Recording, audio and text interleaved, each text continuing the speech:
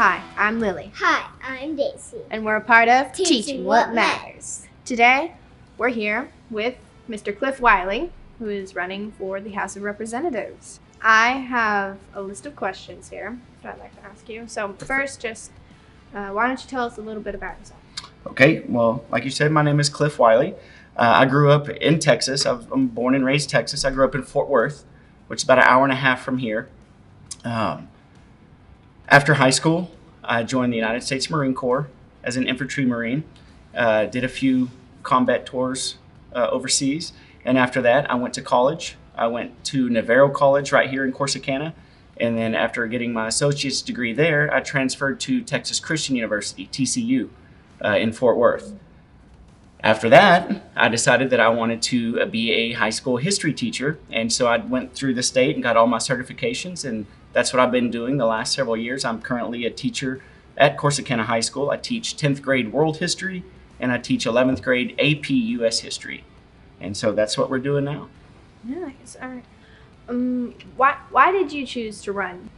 I love our country. I love our state, and I always make sure that I vote in every single election, whether it's a local election or a federal election or whatever it may be. I vote in every election. Mm-hmm. I'm a patriot. I love our country and state, and I want to make sure that the people that we elect are taking care of it the way they are supposed to. And personally, I feel that in the last 30 or 40 years, we've been getting off track to what the original intent of our government was supposed to be. And so I wanted to run to try to get us back on track a little bit.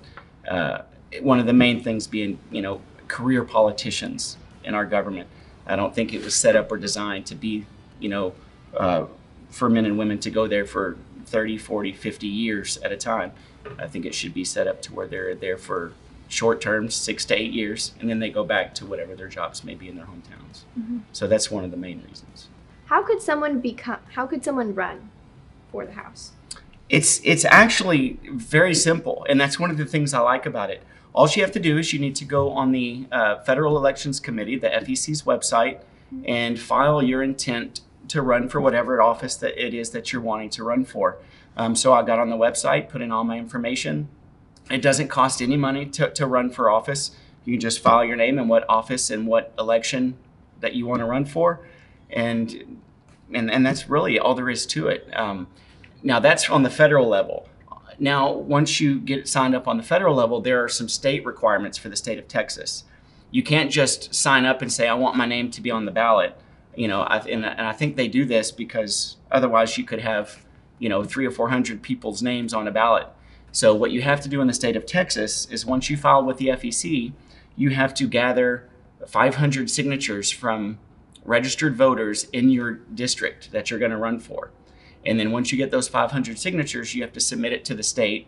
They go through and verify all of them. And then once they verify all of those, then that ensures that your name will be on the ballot. They make you do a little bit of legwork to get your name on the ballot. You can't just sign up and then automatically be on it. Mm-hmm. You do have to do a little bit of legwork for that. So that's really all there is to it. It's pretty simple. It's a simple process, really. I think that's pretty interesting because when you think of running for office, you think it's a very complex thing. Yeah, and when I was going into this, I've never done this myself, and so I was a little bit unsure myself, and so I started going through the process, and I was ready for more, and then they were like, "Well, that's it," and I'm like, "That's it," and they were like, "That's it," and so it was really a simple process. So anybody that wants to do it, and I always encourage anyone that's eligible to run for Congress to do so. What are the requirements to run? To run for Congress, you have to be at least 25 years old and have lived in the United States for 7 years. That's it. That's it. You're 25 years old and be a 7-year resident of the United States, and you're eligible. You don't even have to technically live in the district that you're running for. So I'm running for Texas District 6, which I just happen to live in that. This is my district that I live in. But if I wanted to, I could run for a neighboring district. Mm-hmm. So you're not even required to live in the district, but it's one of those things you kind of want to live in the area you're going to represent, Mm-hmm. So that's pretty cool. I know that a lot of people in the House are on committees. What kind of committees are you going to be on if you get elected? Well, there's no telling what committees I'll get appointed to. I would definitely like to be on one of the veterans committees that takes care of our veterans. You know, being a veteran myself, I think I have some ideas of what veterans need and the support that they could use, and some of the things that are working well now and aren't working well. So I would definitely like to make sure that I could be on one of the veteran committees. Nice.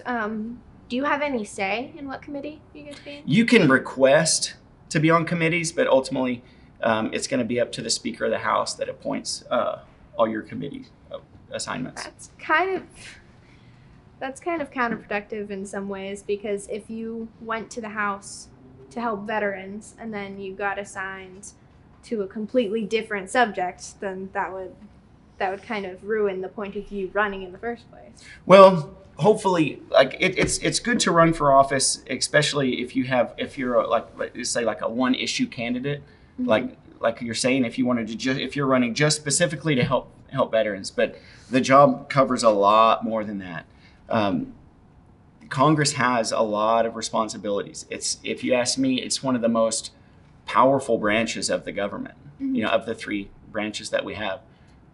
So Congress is extremely powerful, and so it's good to run on issues and have passion for certain issues, but you don't want to be in a federal position like that only focused on one thing. There's a lot of areas that you're going to need to be able to cover and to worry about. Nice. Do you have any advice for people who want to run for the House or for the Senate? Do it. If you meet the requirements to run and you're passionate about your country and your government and you think that you can, you know, help things, then absolutely run. It's not hard to file. It's not that hard to gather 500 signatures. You know, just put on a pair of good shoes and start knocking on doors, you know. So if you're passionate about it, then I would tell anybody to do it. But as far as tips go, well, I'm kind of still learning as I go. This is my first campaign. And so I've asked other people that I've run before some things that worked for them and some things that haven't. And so I'm trying to implement some of those things in my campaign strategies. But overall, there's really not. It's just about getting your name out there. It's really all there is to it. What kind of tactics do you use to reach people in your area, like the marketing strategy? Well, I use social media a lot because I am a grassroots campaign. I don't have a campaign staff. It's just me by myself. You know, a lot of your larger campaigns, they'll have, you know, campaign managers that tell you where to go and what time and what you should wear when you go there. And you got all these volunteers and all of this and that. On my campaign, it's just me. So my strategy is to make the most out of the time that I have available. You know, what's going to be the most effective use of my time. And so that's kind of the way I approach it. And for me, that's knocking on doors. You know, I just go around and I knock on doors and say, hey, you know, my name's Cliff Wiley. I'm running for Congress. I just want to introduce myself to you.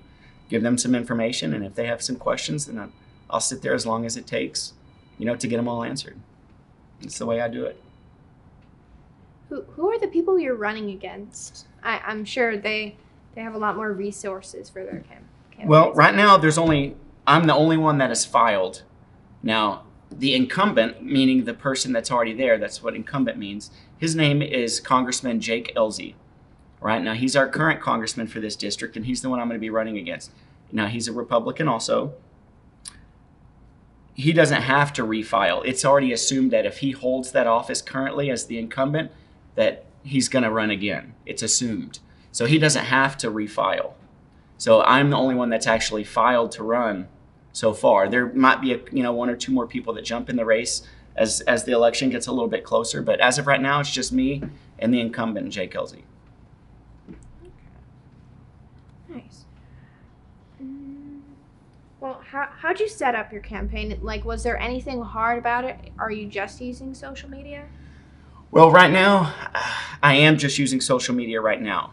Now, once we get closer towards the election, hopefully I'll be able to utilize some radio advertising. Mm-hmm. I doubt that I will ever use any TV advertising. But hopefully I'll get to a point later where I'm able to do some radio advertisement. But right now it's mainly social media. You know, I'm putting yard sounds out on busy intersections, mm-hmm. And knocking on doors. That's it. That's all we're doing right now. If you do get elected, mm-hmm. what's your main goal? Like, what are you trying to accomplish? Well, one of the main things I'm going to accomplish, or I would like to accomplish if elected, is I know that one person isn't going to go to Congress and just change everything in the government.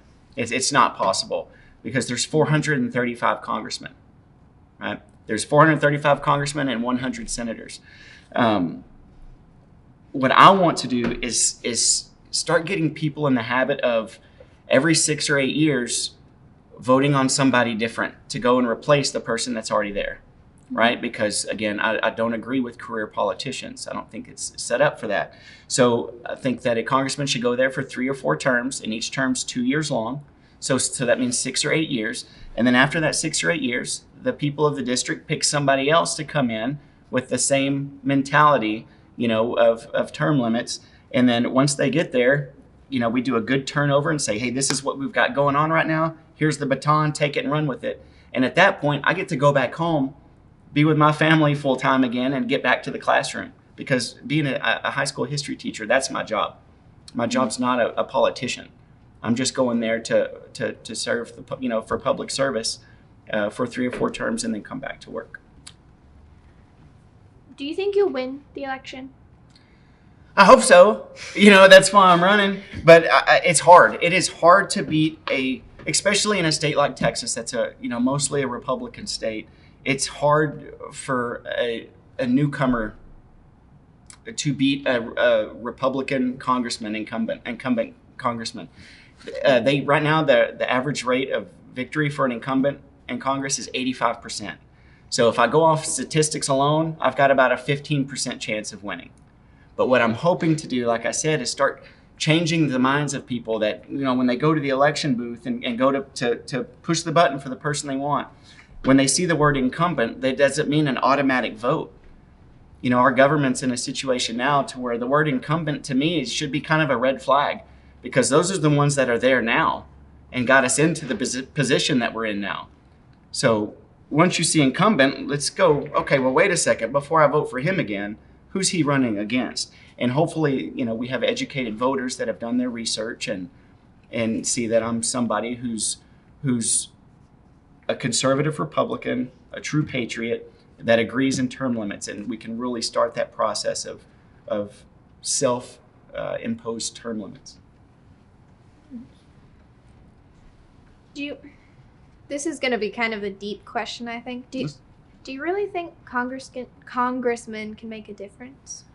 Absolutely.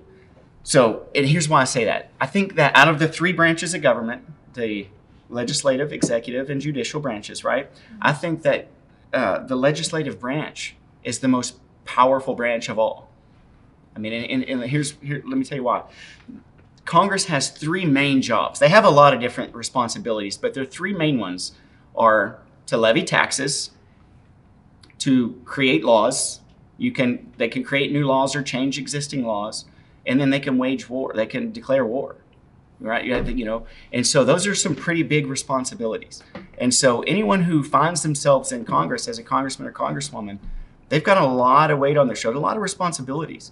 And so hopefully the people that are running really, how do I want to say it, really take that responsibility. Don't take it lightly. Yeah, don't take it lightly. They really are there for the right reasons. But it's an extremely powerful branch of the government. So absolutely, being a congressman, you can absolutely change. I don't know. I think a lot of people want to run for office just because they can, just because it's available. Mm-hmm. But they don't really have a plan on what they want to change or why they want to be there.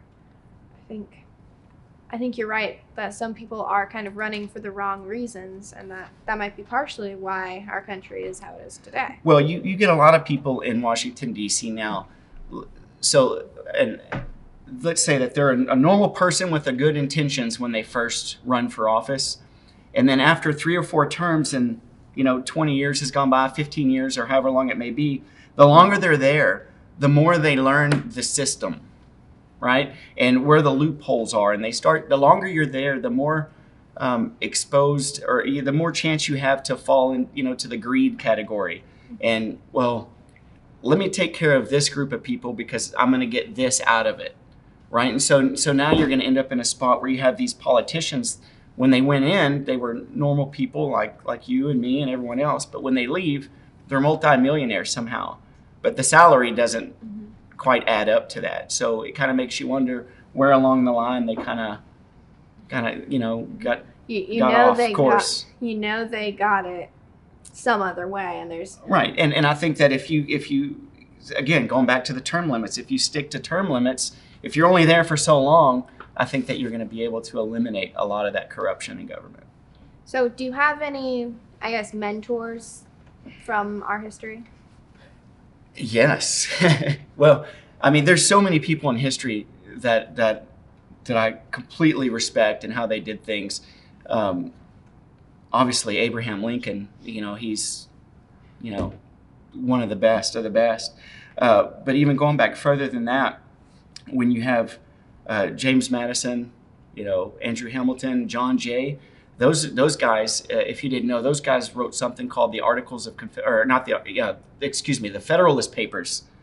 All right, so basically what was going on in the country was when we first gained our independence, right? We set up our first constitution. So the constitution we have now, I don't know if you knew this, is actually our second constitution. And then before that, we had the Articles. Yeah, we had the Articles of Confederation before that. And here's how I like to explain the difference between these. And this is how I tell some of my students. Let me tell you a pretend story here. So there's going to be this guy and this girl. They're going to go on a blind date, all right? And they're going to meet at the restaurant.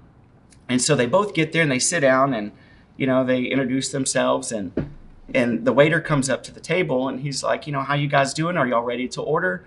And the guy, the girl's about to say something, but the guy speaks over and says, yes, actually, we'll both have this. And then the girl's like, well, I really wasn't going to go for that. I kind of felt like having this instead. And the guy's like, ha ha ha, you silly girl, thinking you know what you want. She'll have this, right? The date's not going to go very well, right? And so they're not going to go on the next date. So the next time, it's the same girl. She's going to go on another blind date.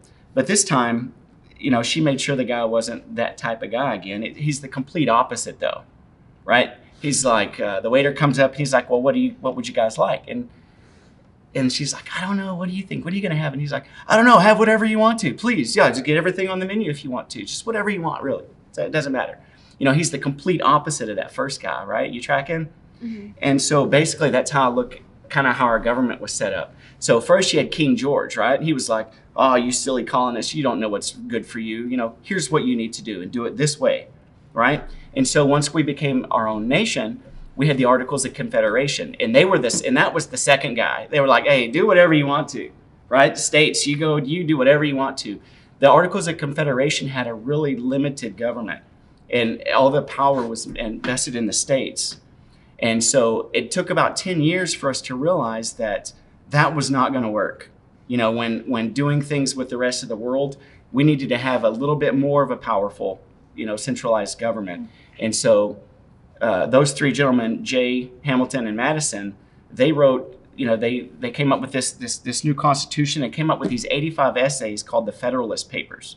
And basically what the Federalist Papers are is it was a kind of a breakdown of what the Constitution meant. Like, this is how we came up with these ideas for this Constitution. And in that Constitution is where they came up with the idea of the three branches of government and which branch would have which powers. And in order for this branch to do something, it had to go through this branch first. Like everyone checks each other. So no one branch can get too powerful, right? And then you would have a repeat. The King George, he was ultimate. There you go. And that's what was going to prevent all that from happening. So, but yeah, our country's history is so amazing. And thinking about back to those guys that had the foresight to come up with this Constitution that we still use today. I mean, when you're creating new legislation or new laws in Congress, all you have to do is reference the Constitution. It has all the rules right there. All your guidelines are right there. If it doesn't say it in the Constitution right there, then you can't do it. Like, you have to follow the Constitution. That's all there is to it. And so I really admire and look up to those guys that came up with that, and that document is still relevant today. All these hundreds of years later, it's still relevant, and I'm glad that we still use it and reference it when we're making laws today. Hopefully, that's what they should be doing. It doesn't always happen that way, but that's what they should be doing, is referencing that Constitution every time. Do you think the government should be making any new laws, or just strictly sticking to the Constitution? Well, creating more laws, there's nothing wrong. We've got a lot of laws right now, right? A lot. We have too many. And so, I'm even to the point now when people say, well, what's the first law you're going to, what bill are you going to write when you first get there that will hopefully become a law? And I don't know if that's what I want to do when I first get there. What I want to do when I first get there is possibly get rid of some of the ones that we have now that we don't really need, because we're kind of overdoing it a little bit with some of the laws we have on the books now. So it's not necessarily creating more laws when you're getting there. It's just making sure that the laws that we have now are constitutional, right? And if they're not, then let's get rid of some of those. Do you think if we keep going on the same path, then we might get closer to government oppression? Because I know that they're banning books, they're making you get permits to build on your own property and things like that. Do you think if we have a few more laws, then it could fall under that category? Well, I mean, you're only so many laws away from getting to that, right? But I disagree with that. I agree with what you're saying, because there's a lot of those things that are going on. And did you know before it was life, liberty, and the pursuit of happiness? Do you know what it was before that? It was life, liberty, and the ability to acquire land, right? That was part of it, right? And we're in a society now, and our government's set up in a way now that you can never own your own land. Right, the house, like for me, example, I have a house with a yard and everything, and even when my house and yard, I pay off the bank for it, I still have to pay what every year? Do you know? Mm-hmm. Property taxes every year, and if I don't pay those taxes, then they can come in and take my land from me. So we're in a system now that's set up to where you can never actually own your land, and so I'm definitely not a fan of that. So, but yeah, they keep making laws that are overstepping their boundaries a little bit more, every year we go by. Do you think things might get better if we shortened the terms on when they could be in power? I do, because a lot of times when legislators co-sign bills or get on, they stand behind bills and vote yes for them, a lot of times that they're getting something out of that. Even though they know it may not be the best for the people in their districts, well, they're getting something out of it, so they're going to go ahead and vote yes on it. They're thinking it's the best for them. For them, not necessarily for the people they're representing. Because remember, it's the House of Representatives, right? They're not there, enforcing their own beliefs. For their own personal right, reasons. They're there just representing everyone that lives in their district. Like the district I'm running for has about 800,000 people in it. So I'm there just representing that group of people. I'm not there just representing me and what I think. And this is just one person. Right, yeah. So you can't have just 400 individuals making all the decisions for everyone else, right? Those people have to stick to their responsibility, their duty, right, that they signed up for. They took that oath of enlistment, right? They're representing those people in their district. And so if they stay true to that, then a lot of those things will go away on their own, those issues. I know we have the multiple branches of government so that we can have checks and balances. Mm-hmm. Do you think if they put a few more people in each district, do you think that would help with any corruption that one person might have for his or her district? Possibly. I think that they've got a pretty good system set up now. I just think it has to be followed, and it's not necessarily being followed to the letter that way it should be. I think that back in the day, it was one person representing, 3,000 or 4,000, and it's obviously population has gotten a lot bigger, but I think that 435 congressmen, I think that's a good enough number. I just think that you have to have the right people there. Mm-hmm. I think that we need to, as citizens, need to vote for better people. I don't think it's the system that's messed up when it comes to how it's set up. I think it's just the people that we're putting in there. Are causing the issues. Well, I think two things about that, I'll say. Because, like you said, it's really easy to get on the ballot. Mm-hmm. Like, I believe you said once you don't even need the 500 signatures, but you could pay a fine instead. Yeah, there's two ways, and I don't believe I said this a minute ago, and because I just didn't think about it. But yeah, if you don't want to go out and do the legwork and knock on doors and get the 500 signatures, in the state of Texas, you can pay $3,250 in lieu of getting the signatures. I feel like a lot of people have millions of dollars to spend on their campaign, so $3,000 doesn't seem like a really Yeah, it's kind of a big drop number. in the bucket, right? Yeah, and then that saves them time to go do other things. And So you can. I mean, that's definitely one. I don't agree with that. I think that you're kind of bypassing a major part of the campaign, because if you can't find 500 people that are willing to sign a sheet of paper for you on your behalf, then you're gonna have a tough time. So just paying the money up front kind of sidesteps that, right? I feel like that's kind of what I'm talking about right now. It's if there's someone already corrupt and they pay the fine, they get on the ballot, and people aren't educated enough about the subject to know who they're voting for, then they could get into the system really easily. Well, you nailed it. I mean, that's it right there. That's it. That's why I want to talk to you, right? Because we need to start teaching people at an earlier age how important the process is and how important it is to be an educated voter. We live in the greatest country in the world, right? We have the freedoms that we have, and we've got to protect those freedoms, and we do that by electing the right people that will protect them. I'll never forget, I'm going to go a little bit off topic here, but on one of my deployments, I was in Iraq in the outskirts of a town called Fallujah, and they were holding an election. And I was tasked, and my group was tasked with providing security for the polling place where people were going to vote. And this was the first time that these people have ever been able to vote. It's just because they had a dictator before, and now they're able to vote, and they were excited. And the line was so long; you wouldn't believe how long the line was. And I got to provide security for those people to go vote. And the way they did it was they had this purple ink, and they had to dip their thumb in purple ink, and put it on their ballot, and that's how they voted. And when they were leaving, everyone was showing off their purple. They were so proud of that purple thumb. Like they got to vote, and I guarantee those people knew who it was they were voting for.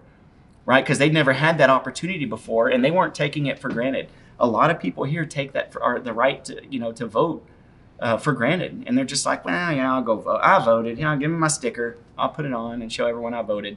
But they have no idea who it was they just voted for. Right. So one of the reasons I filed so early to run for this election is I wanted to give people plenty of time to get to know who I was. So some people will wait till the very last minute to file with the FEC to run in this election, and then the people won't have as much time to figure out who that person is as a candidate, right? And so that's one of the reasons I filed so early. I wanted to make sure everyone who votes for me knows who I am. I feel like it's going to be a lot more difficult for you because it's just you, so I think it's very good that you filed early. Absolutely, and that's another reason why I did it, because being just me, and once the summer gets here, I'll have more volunteers. I've got some of my students from school that have already said over the summer they want to volunteer and help me get the word out. And so I'll have more people kind of working in the summer once the summertime gets here. But yeah, that's definitely one of the reasons I did file early was not only so people to get to know me, but was so I would have time being a small campaign to get the word out to everywhere. Every weekend I'm in a different part of the district right now. So how big is your district? All right, it's pretty big. It covers, all right, you ready for this? It covers Cherokee County, Anderson County, Navarro County, Ellis County, Hill County. So there's 5 full counties, and then parts of several other counties. So to the south, we have a town called Fairfield. So it's going to cover the town of Fairfield, and out west of here we have Alvarado area, and then up to the north we have Grand Prairie and Irving. So parts of a little piece of Tarrant County and a little piece of Dallas County. So it's a really big area. I mean, you're talking 5 full counties plus, parts of 3 or 4 others. So it's a big area. Going back to the ballot for a second. Yeah. You say they don't know who they're voting for. How could they find out? Like, where What's a good source to find out? If you go to the FEC website, and you can they have a search on their website. They have a little search box. You can just type in the election. So U.S. House Texas 6. You can find out everyone who's filed for that election, and it'll have the name of their campaign committee, their websites, and all of that good stuff. You can even find out who's donating to their campaign, because every time someone donates to the campaign, I have to report that, right, to the FEC. Mm-hmm. They're really strict on that. So you can find out everything about a candidate's campaign from the FEC website. And it's fec.gov, I believe, is the website. Well, is there anything else you'd like to discuss while we're doing the interview? Well, I would, if you don't mind, seeing how we were just talking about how important it is to know the candidates you're voting for. Mm-hmm. I have a website. It is www.wileyforcongress.com, and Wiley, W-I-L-E-Y.